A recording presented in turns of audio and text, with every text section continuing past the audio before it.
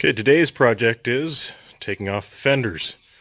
There are 10 bolts that hold the fender to the car. There's 2 on the upper radiator support. There are 2 in the lower radiator support there. And you can take out the fender, the outer fender and the inner fender together. Those 4 connect it to the radiator support. There are 2 back here that connect it to the upper cowl and firewall, and then there are a couple down there. There's actually a separate bracket there that you can remove, and you can either remove it from the firewall or from the inner fender. I'll see which way works best. Probably take the 2 off the inner fender. That'll allow me access to the 2 down there. See how it goes. There are also 2 bolts underneath here and here, there and there. And then there's one more, which is just inside the door. You open the door up, and it's right in there. You see that guy right there? Yeah, and that should allow the fender to come off. Now with the driver's side fender, it's got it's got a wire harness that runs up through it. So what I'll probably do, see it runs from the fuse block there in behind the outer fender, comes out up here. What I think I'll do is try and remove those 2 bolts there. See if I can get enough space to pull that wire out of there. Then I don't have to unwire the voltage regulator and everything that's connected there. The passenger side, it's got the same bolts. It doesn't have a wire harness on it, but it does have a ground right there that'll need to come off.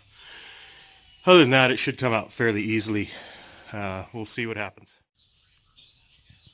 I decided to start with the passenger side fender. I'll have to remove the battery box first. It's held in by 3 bolts, 2 to the radiator support and 1 up from underneath through the inner fender. We'll see how that goes. And that's how you get a fender off. The outer fender and inner fender can come off together as a unit. It's important to know how many shims you had everywhere. There were actually 12 bolts holding the thing on. There was this guy here, and it had 2 shims on it. This guy up here, which had 2 shims and this spacer right there. And then inside the firewall, you had 2 spacers there as well. And then on the bottom side, right here, was there's a bolt right here that extends through. It had this spacer and a washer on it, and then there's a bolt that goes up into, let's see here, right here, that goes up through the inner fender. Is where it secures through this hole here. Geez, I'm doing a terrible job filming this. Up through this hole into the inner fender, so make sure you take that one off, otherwise it's not coming off. And I went ahead and took, geez, lighting's terrible. I took the 3 bolts off of this bracket here. 1, 2, 3. There are 2 on the back side, which you can see the pointy ends here. But I didn't want to have to try and reach in there and get those. I can get these through the wheel well pretty easily.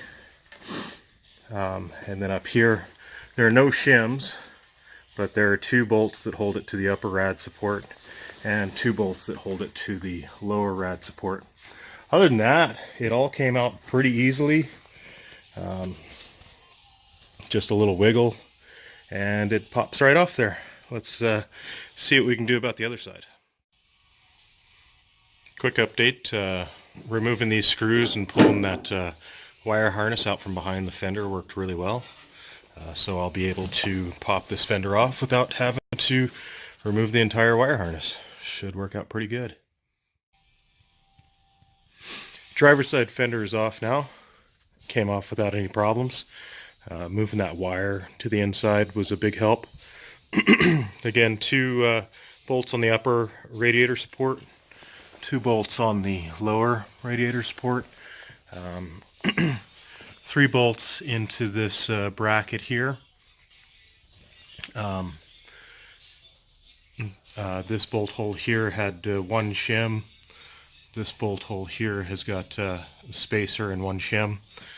Back here in the door there was 1 shim. And then underneath here on that stud was like 1 washer shim on there. And then again, here's where that the inner fender, the outer fender bolts to the inner fender and to the I don't know, that's like the rocker support or whatnot.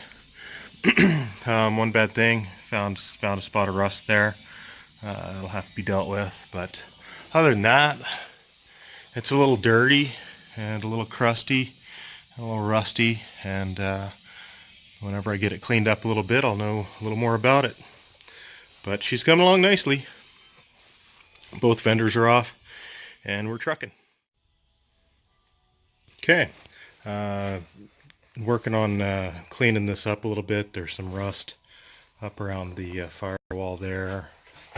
There's a little bit of rust up in there. This whole thing's covered in seam sealer, which is actually a pretty good thing. There's some rust down in here. Get down into there. Pretty gnarly. And of course that hole there. But I think where the subframe bolts in seems to be pretty clean.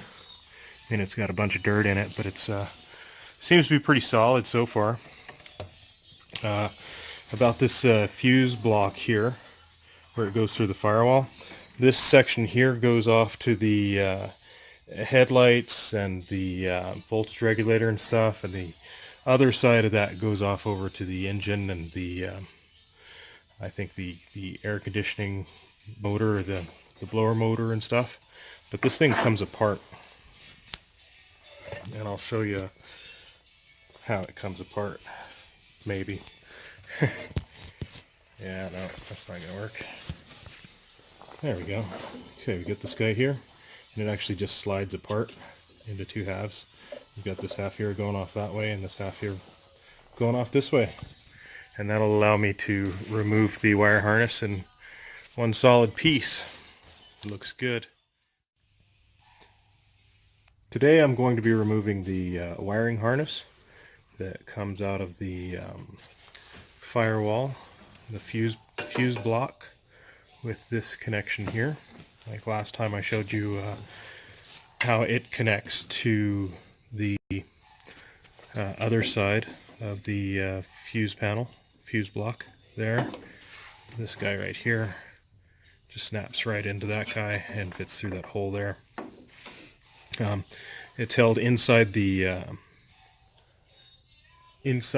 fender with these clips. There's one here and then one further down here. But it wires off, and there are wires that run over here to the alternator. There's a sensor that runs to the engine there as well. Then a marker light down here, and it wires off again and goes to the voltage regulator, and I believe that's a solenoid there. Then it comes around here, the headlight, ground for the headlight, another clip that probably holds it into a hole through the rad support here, one of these. Anyway, here's the marker light and the horn, and then it tucks up underneath the radiator support here, and it clips through it with these little guys right here. So I'll need to squeeze those and pull it out. And it comes all the way across here, clips to the rad support again, right over here. And you've got the other marker light then the headlight, and the ground wire for the headlight, which attaches to the back side here. And then you've also got this wire that runs to this isolation bolt. Here's the positive side from the battery, runs to this isolation point, and then carries on and feeds the fuse block. And you've got a marker light here, and that's the end for that wire harness. We'll get this all taken apart, and then we'll continue on. That wire harness came out pretty easy, except for the voltage regulator here. It's held on with these little rubber grommets with a brass insert here that keeps it isolated from the chassis, and these screws seem to be adhered to it, so I may have to cut them off there and there. We'll see what I can do about it. Well, that was strangely satisfying. That screw was stuck on there, kind of like that guy there, but it was stuck on here. So on the back side, I held it with some vice grips. I guess they're off there now. I held it with some vice grips, and I hit it with my little impact there, and it mangled that the head on that guy pretty good. And it started coming out of there, and then finally it decided that it was not going to come out of there, and snapped the bolt right in two, little guy. So that'll teach it to mess with me. Get out of there. There we go. Yeah, suck it.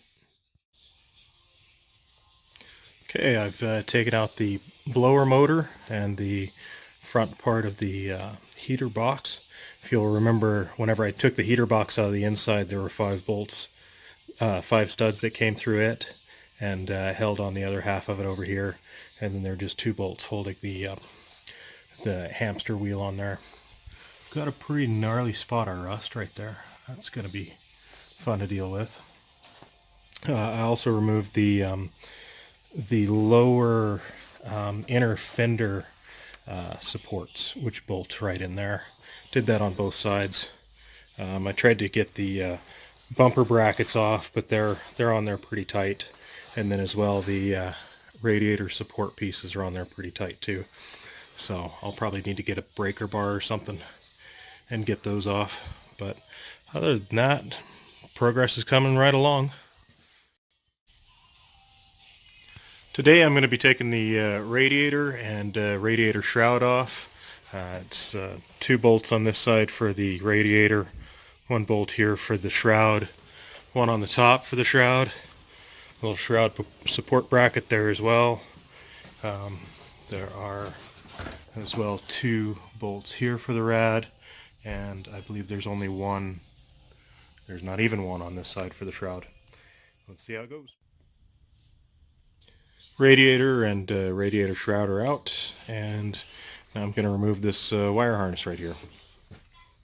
It connects to the fuse block on this end, and the windshield wiper motor and pump, as well as this red wire here, goes over to the coil for the ignition system.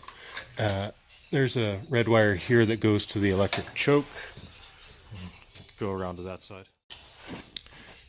Okay, red wire here goes to the electric choke. The rest of the wire harness, part of it runs down here to the starter. And this goes to the blower motor, which is now gone. So we'll take that all out and keep trucking.